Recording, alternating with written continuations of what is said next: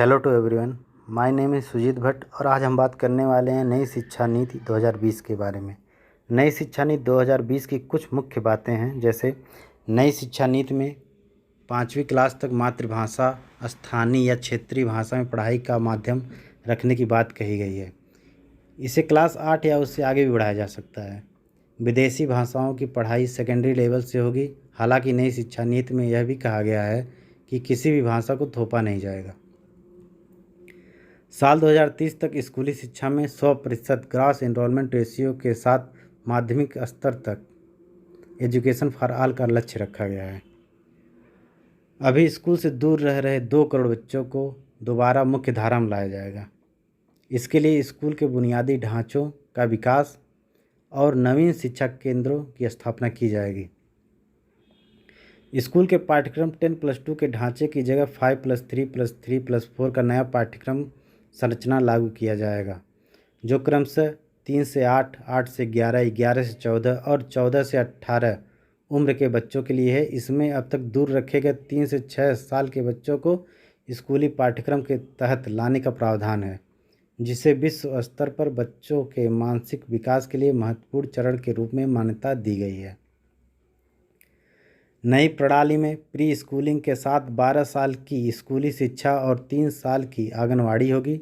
इसके तहत छात्रों की शुरुआती स्टेज की पढ़ाई के लिए 3 सालों की प्री प्राइमरी और पहली और दूसरी क्लास को रखा गया है। अगले स्टेज में तीसरी, चौथी और 5वीं क्लास को रखा गया है। इसके बाद मिडिल स्कूल यानी कक्षा 6 से कक्षा 8 में सब्जेक्ट का इंट्रोडक्शन कराया जाएगा।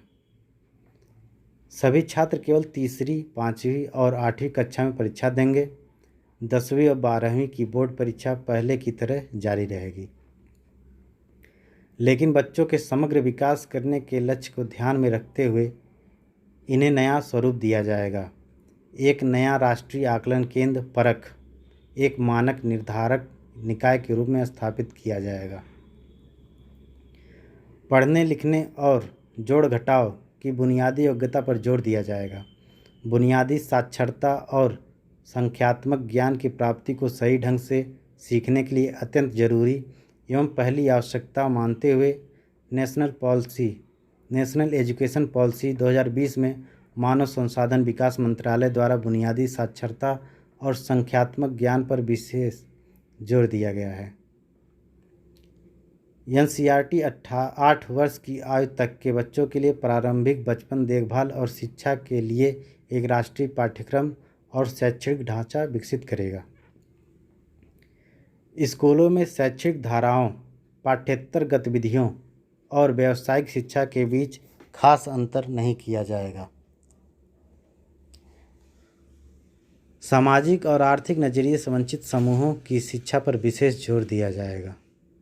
शिक्षकों के लिए राष्ट्रीय प्रोफेशनल मानक राष्ट्रीय अध्यापक शिक्षा परिषद द्वारा 2022 तक विकसित किया जाएगा, जिसके लिए एनसीईआरटी, एससीईआरटी शिक्षकों और सभी स्तरों एवं क्षेत्रों के विशेषज्ञ संगठनों के साथ परामर्श किया जाएगा।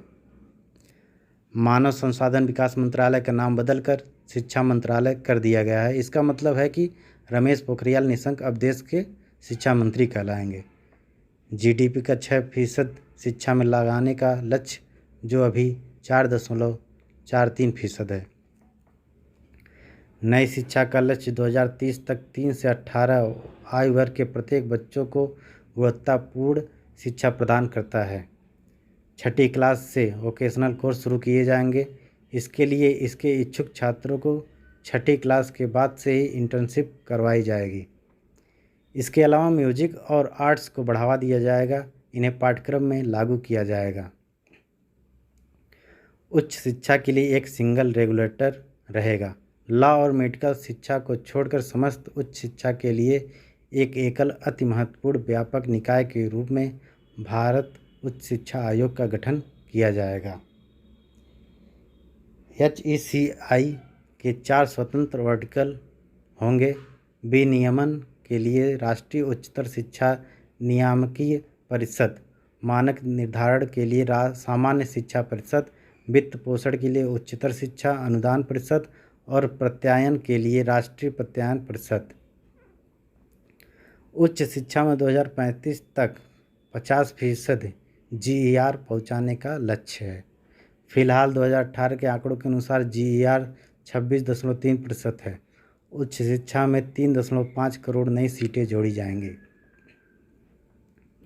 पहली बार मल्टीपल एंट्री और एग्जिट सिस्टम लागू किया गया है। आप इसे ऐसे समझ सकते हैं, आज की व्यवस्था में अगर 4 साल इंजीनियरिंग पढ़ने या 6 सेमेस्टर पढ़ने के बाद किसी कारणवश आगे नहीं पढ़ पाते हैं तो आपके पास कोई उपाय नहीं होता।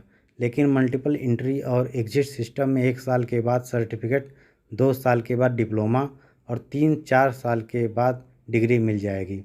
इससे उन छात्रों को बहुत फ़ायदा होगा जिनकी पढ़ाई बीच में किसी वजह से छूट जाती है। नई शिक्षा नीति में छात्रों को ये आज़ादी भी होगी कि अगर वो कोई कोर्स बीच में छोड़कर दूसरे कोर्स में दाखिला लेना चाहें तो वो पहले कोर्स से एक खास निश्चित समय तक ब्रेक ले सकते हैं और दूसरा कोर्स ज्वाइन कर सकते हैं। उच्च शिक्षा में कई बदलाव किए गए हैं। जो छात्र रिसर्च करना चाहते हैं उनके लिए 4 साल का डिग्री प्रोग्राम होगा। जो लोग नौकरी में जाना चाहते हैं वो 3 साल का ही डिग्री प्रोग्राम करेंगे। लेकिन जो रिसर्च में जाना चाहते हैं वो 1 साल के MA के साथ 4 साल के डिग्री प्रोग्राम के बाद सीधे PhD कर सकते हैं। उन्हें MPhil की ज़रूरत नहीं होगी। शोध करने के लिए और पूरी उच्च शिक्षा में एक मजबूत अनुसंधान संस्कृति तथा अनुसंधान क्षमता को बढ़ावा देने के लिए एक शीर्ष निकाय के रूप में नेशनल रिसर्च फाउंडेशन की स्थापना की जाएगी।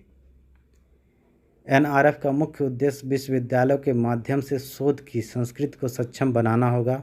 NRF स्वतंत्र रूप से सरकार द्वारा एक बोर्ड ऑफ गवर्नर्स द्वारा शासित होगा।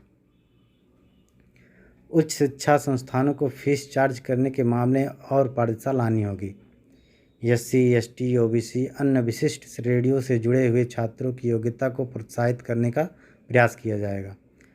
छात्रवृत्ति प्राप्त करने वाले छात्रों की प्रगति को समर्थन प्रदान करना, उसे बढ़ावा देना, उनकी प्रगति को ट्रैक करने के लिए राष्ट्रीय छात्रवृत्ति पोर्टल का विस्तार किया जाएगा। निजी उच्च शिक्षण संस्थानों को अपने यहाँ छात्रों की बड़ी संख्या में मुफ्त शिक्षा और छात्रवृत्तियों की पेशकश करने के लिए प्रोत्साहित किया जाएगा। पाठ्यक्रम क्षेत्रीय भाषाओं में विकसित किए जाएंगे। वर्चुअल लैब विकसित की जा रही है और एक राष्ट्रीय शैक्षिक टेक्नोलॉजी फोरम NETF बनाया जा रहा है।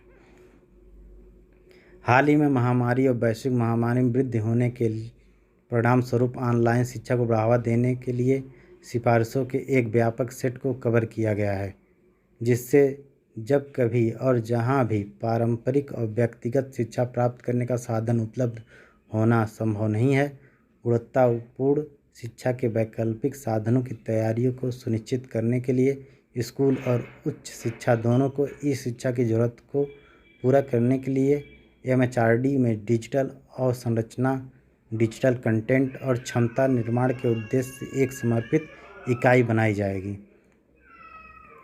सभी भारतीय भाषाओं के लिए संरक्षण, विकास और उन्हें और जीवंत बनाने के लिए नई शिक्षा नीति में पाली, फारसी और प्राकृत भाषाओं के लिए एक Indian institute of translation and interpretation राष्ट्रीय संस्थान की स्थापना करने, उच्च शिक्षण संस्थानों में संस्कृत और सभी भाषाओं के विभागों को मजबूत करने और ज़्यादा से ज़्यादा उच्च शिक्षण संस्थाओं के कार्यक्रमों में शिक्षा के माध्यम के रूप में मातृभाषा, स्थानीय भाषा का उपयोग करने की सिफारिशें की गई है।